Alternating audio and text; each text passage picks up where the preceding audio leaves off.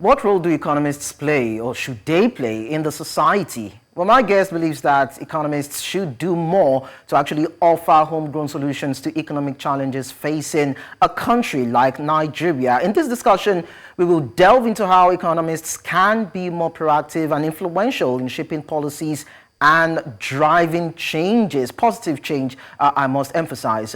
We also explored the socioeconomic and economic steps taken by the government to address Nigeria's cost of living crisis in this particular discussion this morning, which has actually led to widespread protests against bad governance and hunger. Our conversation aims to uncover whether current measures are sufficient and what more can be done to alleviate the hardships faced by Nigerians. This morning, Dr. Ifeanyi Ubah, Head Investment Research at Comercio Partners, joins me to talk about this. Thank you so much for joining us on Business Edge. Thank you for having me. So from the different feedbacks that we've gotten from you so far, you seem discontent with the recent happenings in the country, more so by economists who do not seem to have done much in terms of proffering solutions and having statistics to back it up. So are you saying that they have been docile? And when it comes to Nigeria's economic trajectory, the policies, and the need for a breakthrough, would you say that economists have not really done well in terms of their contribution? It's not me saying it, it's the data saying it. There was a recent publication by the World Bank that aggregated the number of articles that economics and other researchers publish in a country in trying to correlate scientific research with economic growth. In that research that the World Bank published, we found out that Nigeria belongs to the sector that had the least amount of data-driven research, showing that our policies are not coming from a place that are homegrown. Because if we don't have the necessary data to look within, our policies inferences will be missing the mark in terms of causing more harm than good. But then we have had several economists come up to actually air their views on several media platforms as regards how they feel about the Nigerian economy. And we've also had, forums, talk shops, with economists coming to proffer solutions. And we can equally add the efforts of the Presidential Economic Coordination Council in terms of policy direction and all that. Don't you think all these, if we aggregate them, actually speaks more to the way that the Nigerian economy should develop? Okay, although it's very good to have economic discourse, but I want to understand that we need to focus on the data. I would call on the John Maynard Keynes. John Maynard Keynes is famous for pushing government interventions, but sometimes when he's called on some panel, he negates that rule and says goes for another kind of policy action. And he was asked one time that, oh, you tell us to spend more here, you tell us to spend less here. Which one should we actually do? The person asking the question thinking that there was a generic answer to economic problems. But John Maynard Keynes says, when the data change, I change my mind. What do you do? So our political discourse or economic discourse cannot be guided by just mere feelings, because our feelings might be distorted. But the data shows the light.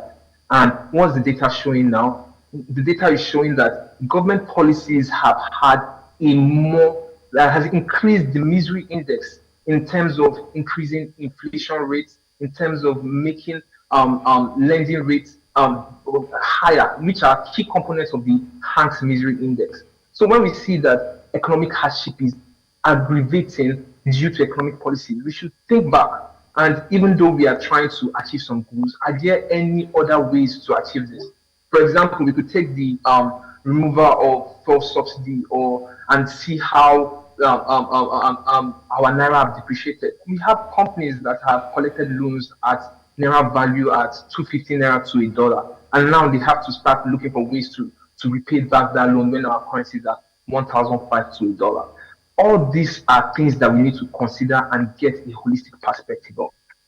Okay, so when you look at Nigeria's economic team, you will discover that a couple of months, even from the inception of this current administration, they've actually rolled out a couple of statistical information to update everyone, including Nigerians and analysts and everyone within the stakeholder as regards the policies of government, the kind of policies that are coming on board, what the projections are, what they would achieve, and all that. And you, of course, I want to believe you listened to the presidential address on August 4 when the Nigerian government addressed the hunger protest in the country, talking about the various policies that his administration has put to bed and the potential consequences which he believes are actually positive anyway for the country. So would you say that when you put all this information together, the data released by this economic team, would you say it's riddled with errors?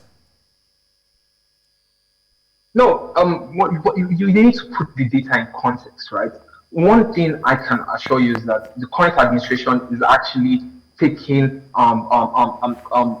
the cues from the international parties, because we have seen ratings agency increase Nigeria's outlook because of the decisions that the government has been making. But current actions, because we tend to, previous economics tend to analyze the economy from its state of ceteris paribus, meaning all things being equal, we are going to tweak some economic agents and allow things work out.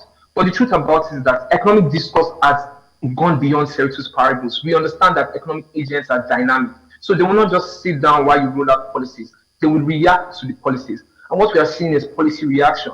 And this policy reaction has developed into wild protests, hunger, and disruptions. So what the government needs to do is to sit back, relax, and try and create a financial engineering solution to solve these problems. Okay, so let's look at homegrown solutions now. What, in your assessment, would you say should be the kind of solutions that Nigerians would need to actually deal with the cost of living crisis, the inflation in the country, if you are to speak more to the kind of data that you are actually backing? Okay, so if you're analyzing Nigeria's inflation, we will see that the major bite of it is in the food. And by the time you analyze the data, food at farm gates tends to be stable, but food at marketplace tends to be elevated, meaning that the movement from farm gates to marketplace is where we have the problem. Now, it might not be a solution to apply subsidy to inflation, but by the time government can control that movement from farm gate to marketplace, we can see reduce inflation in terms of food prices and come up with other germane ways for people to get availability of food and services to the mainstream people that need it. So when we have solutions that are geared to solving the actual problem, rather than choking the financial market or the public sector, because right now we have elevated rates and the risk-free rate is around 20%, which is putting massive pressure in the stock market. Because if you're an investor looking at an outlook of the year and you want to invest in the stock market, you'll be thinking, will this stock give me 20% a year, or I should just go for a risk-free asset, government asset that is giving me 20%? This keeps a lot of pressure, particularly to the banking sector that is supposed to raise and increase their capitalization this period. So I think we should be more dynamic in terms of policy projections. Dr. Ifeanyi, there was a reference to a generic international recommendations that often miss the mark, causing more harm than good. And there have been a lot of flags being given to the IMF and the World Bank in terms of the kind of terms and conditions being presented to countries that are looking for some sort of restructuring deals, and the fact that when these African countries implement these so-called reforms, there's always a backlash. It affects the economy terribly, and of course you saw what happened in Kenya and what has happened in Nigeria in a couple of days. So when we look at these international influences by these institutions, how would you describe it? How would you also describe the implementation of these reforms by this African country, and what do you think the way out should actually be? Well, in my opinion, I think the Nigerian economy and the Nigerian politicians should start having a broader conversation, particularly regarding the dollar. We have seen that the dollar hegemony has been a point of contention, particularly for African countries. Not just Nigeria, we have seen other African countries face pressure because of a stronger dollar. And this is the question. So your political alignment and your trade alignment has to be in favor of your economy. So right now we are seeing central banks around the world decrease their dollar reserves in favor of gold, and we are still seeing actions by BRICS, another trade bloc. So I feel this is a way of Nigeria re-evaluating their alliances in terms of international partnership, so that we can get favorable deals that will not only benefit us in our homegrown solutions, but benefit us in terms of trade. Who are we exporting to? We should be doing deals with more people that we're exporting to. Okay. We also are aware of the fact that economists can always conduct their research, have their data available, presented to the policymakers. But then, according to what we understand, even some policymakers will not want to make do with this kind of robust information being given to them to formulate policies that can drive economic growth for the country. So in such cases where it seems as though economists are stifled or sidelined, can they do more than what they've just done? Is there a way whereby they can begin to push those information that they have at their disposal to begin to trigger even the government to accede or to even align with those data or information that can speak more to the country's economy? Well, my solution for this is to propose, publish, and publicize. As an economist, that's the best you can do. You are not a politician, so you should focus on the data, propose a solution, and publicize your solution as much as you can, so that the public discourse comes around your solution. Because economic theories sometimes are reflexive; they tend to change the way the society works. And this is evident from people that have done intensive research, like George Soros on the Academy of Finance, in terms of checking bubbles. So we understand that economic policies don't just assess what is happening; they could actually guide our society, moving us from where we are to where we want to be. A good example of an economic miracle could be El Salvador and the reforms he has done both on crime and finances. We see that country as some of a beacon of hope, and most people.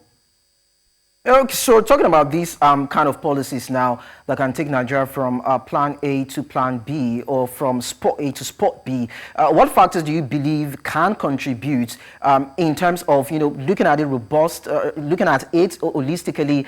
What are the parameters? How do we identify the challenges? How do we bring about solutions? What are the things that should go into those kind of policies? I think we should take an approach of scratching the itch. The misery index gives you more or less like the four core pain points that the society might be having. And if you deal with these four core pain points, you'll be able to simulate an economic performance that promotes growth. What are those pain points? These are economic growth, your lending rates, which is the cost of getting loans, your inflation rates, right? and and and this aggregation of this data kind of puts you into perspective. So when the government focuses on growing the economy, reducing cost of borrowing, and reducing the inflation figures, we see that people will gravitate. In fact, we see people coming back home because there are more opportunities, and we might even see an appreciation of our naira. Now, you would recall that the president during his broadcast talked about the fact that 9.1 trillion naira was actually seen or recorded in terms of the first half of the year 2024, and he spoke more about his policies bringing that to bed. Now, in terms of doubling up that numbers as we coast through the latter part of the year, and the fact that we still have a $1 trillion economy that the president is believing the Nigerian economy can achieve, what do you think should be put in place, looking at it from all sides? Like I always say, we must always put these numbers into perspective. Even if the president achieved the 1 point something trillion naira, we just got reports that Fitch just downgraded refinery, and part of the reasons for the downgrade was a 2.7 trillion naira loss. So even as the government might be increasing revenue, what about the people, not about the companies that are losing or shutting down stations because they cannot recoup and pay back their loans. We should always put this into perspective, and that will give us a more whole start. Okay, well understood. I must say, Dr. Ubah. Now, the president also talked about reducing debt servicing from 97% to 68%, coupled with the increase in revenue. Why isn't there some sort of commensurate impact on the citizens? Yeah, because although I would like to see how you achieve that reduction of debt servicing plan, because like I said, the private sector is already choked out, and for us to push economic growth, we need more than public sector spending. And one thing about public sector spending that it has a ripple effect on our inflation.